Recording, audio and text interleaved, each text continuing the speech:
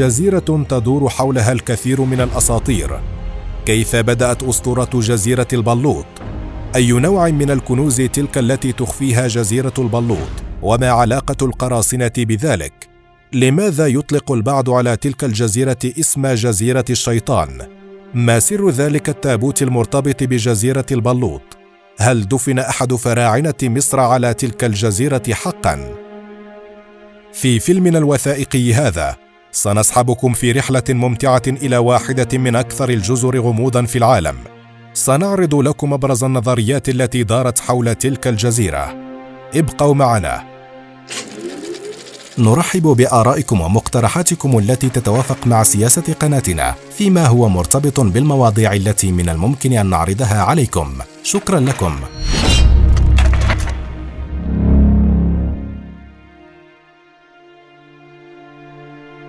تقع جزيرة أوك أو كما تعرف بجزيرة البلوط قبالة الشاطئ الجنوبي لمقاطعة نوفا سكوتيا في كندا، وتقدر مساحتها بنحو 120 فداناً. وبالرغم من جمالها الساحر، إلا أن أهم ما يميزها هي تلك الأساطير التي تدور حولها، إذ يعتقد البعض بوجود كنوز مدفونة فيها، وتحديداً في حفرة كانت السبب في هلاك البعض الذين سعوا لإماطة اللثام عن اللغز الذي تخفيه تلك الجزيرة. ترجع بداية أسطورة جزيرة البلوط إلى أكثر من 200 عام، وتحديداً سنة 1795، عندما ادعى شاب يدعى دانييل ماكجينيس أنه شاهد أضواءً غريبة في الغابة، فاصطحب معه 2 من أصدقائه ليتحققوا من مصدر تلك الأضواء، حيث لاحظوا وجود حفرة غريبة في الأرض أطلق عليها فيما بعد بحفرة المال.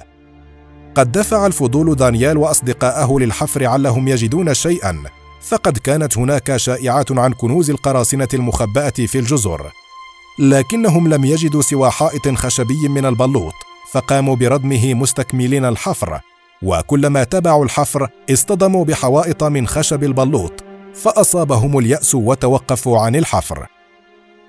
في عام 1804 بدأت شركة تدعى أونسلو بالحفر للكشف عن الكنوز المفترضة، بعد أن سمعوا بقصة دانييل وصديقيه.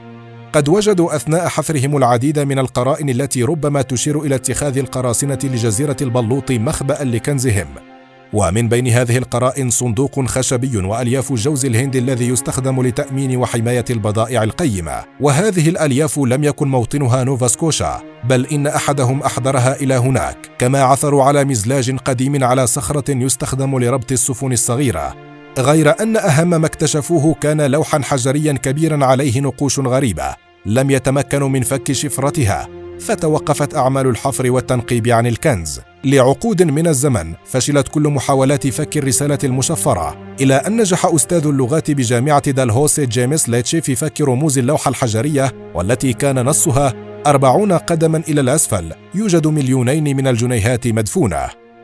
بعد تلك الرسالة عودت شركة أونسلو أعمال التنقيب، والحماس يملأ الرجال للعثور على الكنز، لكن فجأة غمرت المياه الحفرة، وكلما حاولوا إزالتها كانت تتجدد مرة أخرى بطريقة ما دون أن يعرفوا بأنها مياه المحيط، فقاموا باستئجار مضخة تعمل بالبخار لإزالة المياه، لكن سرعان ما عادت المياه مرة أخرى لتغمر الحفرة.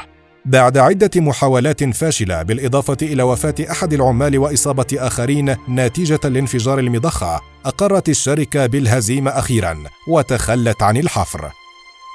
جرت عدة محاولات أخرى للبحث عن الكنز المفترض من قبل بعض الأشخاص والشركات، من بينها شركة ترورو التي عثرت على ثابوت به أجزاء من جثة متحللة، بالإضافة إلى 3 حلقات صغيرة من سلسلة ذهبية يعتقد أن الجثة كانت ترتديها. كما عثر في عام 1890 على قطعة نحاسية بحجم أوقية ونصف، على الرغم من أنه قد عثر عليها خارج الحفرة الغامضة، إلا أنها كانت بالنسبة للباحثين بمثابة شهادة أخرى على وجود الثروة المزعومة. ومع فشل الباحثين في الوصول إلى الكنز المفترض، بالإضافة إلى الوفيات المأساوية التي حدثت في صفوفهم أثناء بحثهم، سرت شائعة تقول بأن هذا الكنز إما ملعون أو محمي بروح شريرة. وبالرغم من تلك الشائعات، إلا أن عمليات الحفر والتنقيب عن الكنز ظلت مستمرة حتى وقت قريب، قبل أن تتوقف بعد أن وضعت الحكومة الكثير من القيود على تصريحات الحفر والتنقيب عن الكنز. فأدى هذا الإجراء إلى تثبيط عزيمة العديد من الباحثين عن الكنز، وأعاق النشاط في جزيرة البلوط التي كانت مليئة بالحيوية. على الرغم من أن عمليات البحث فيها لم تسفر عن إيجاد الكنوز المفترضة، إلا أن بعض الباحثين قد عثروا على آثار لذهب وقرائن أخرى ربما تدل على أن ثمة شيئا مدفونا في تلك الحفرة الغامضة. ظهرت الكثير من النظريات والشائعات حول جزيرة البلوط، فالكنز الذي دارت حوله الكثير من التكهنات يعتقد البعض أنه يعود إلى القرصان الشهير كيد، الذي ربما دفن ثروته الهائلة هناك قبل أن يقبض عليه في بوسطن عام 1699. يرجع سبب هذا الاعتقاد إلى أن كيد كان قد قال ذات مرة عن كنزه بأنه لا يمكن العثور عليه سوى كيد والشيطان، بينما رأى آخرون أن تلك الحفرة تخفي كنوزا ملكية ربما ترجع إلى ملكة فرنسا ماري أنطوانيت. هناك رأي آخر يقول بأن الفرنسيين هم من صنعوا تلك الحفرة لدفن أموال حصن الويسبرغ قبل أن يقع في أيدي البريطانيين، وذلك في عام 1758. بل إن هناك من ربط بين تلك الكنوز المزعومة وفرسان الهيكل الذين ربما قد يكونوا دفنوا كنوزهم وأسرارهم في تلك الجزيرة، كما لم يخلو الأمر من نظريات المؤامرة وربط ذلك الكنز بالماسونية. يرى البعض بأن التابوت الذي عثر عليه في الحفرة بأن الأمر ربما يعود كون المكان ليس إلا مجرد مقبرة قديمة، ليضع السؤال المحير نفسه أمام أصحاب تلك النظرية: لمن تعود تلك المقبرة ولأي عصر تنتمي بالضبط؟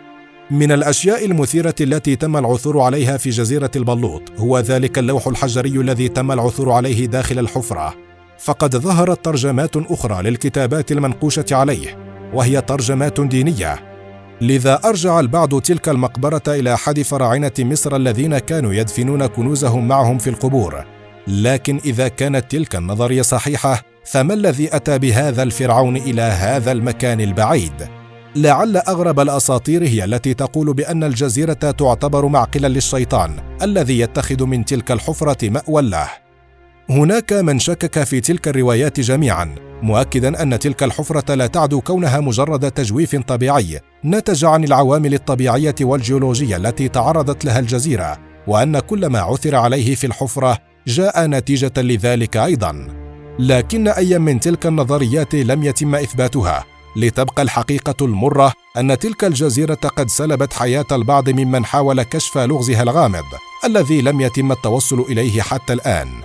وكما ألهمت جزيرة البلوط خيال المفكرين والباحثين، فقد حدث الأمر نفسه مع السينمائيين، فتم إنتاج مسلسل تلفزيوني عن الجزيرة بعنوان لعنة جزيرة البلوط عام 2014، يتحدث عن رحلة الأخوين ريك ومارتي إلى جزيرة البلوط لاكتشاف الكنز الأسطوري فيها، متناولا تاريخ الجزيرة وأبرز النظريات التي دارت حولها، ومحاولا حل اللغز الذي يكتنف تلك الجزيرة الغامضة.